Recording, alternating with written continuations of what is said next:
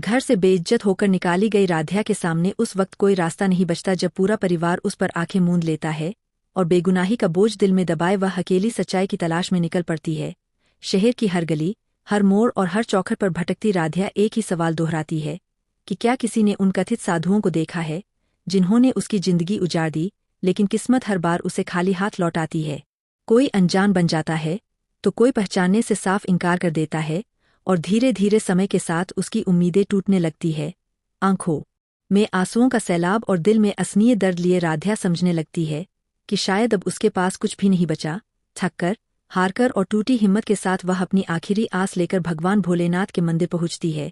कांपते हाथों से शिवलिंग के सामने सिर झुकाकर बिना किसी बनावट के अपने दिल का सारा दर्द भगवान के चरणों में रख देती है और बस इतना कहती है कि अगर मैं सच में निर्दोष हूं तो कोई न कोई रास्ता जरूर निकलेगा। और तभी किस्मत करवट लेती है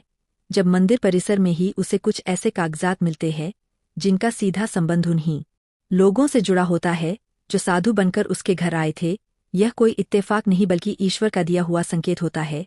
राध्या के चेहरे पर फिर से उम्मीद की चमक लौट आती है और वही कागज उसकी सबसे बड़ी ताकत बन जाते हैं।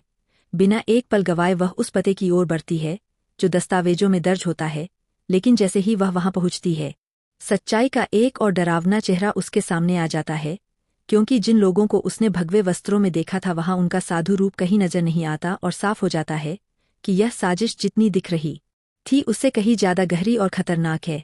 उधर घर में रजनी की बेचैनी पल पल बढ़ती जा रही होती है, क्योंकि राध्या का न कोई पता है न कोई खबर, और इसी बीच प्रथम अब और चुप नहीं रह पाता। राध्या की सच्चाई पर भरोसा करते हुए वह खुद उसे ढूंढने निकल पड़ता है।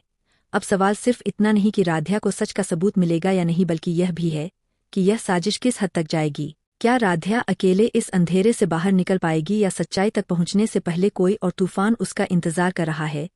क्योंकि आने वाला एपिसोड ऐसे राज खोलेगा जो सिर्फ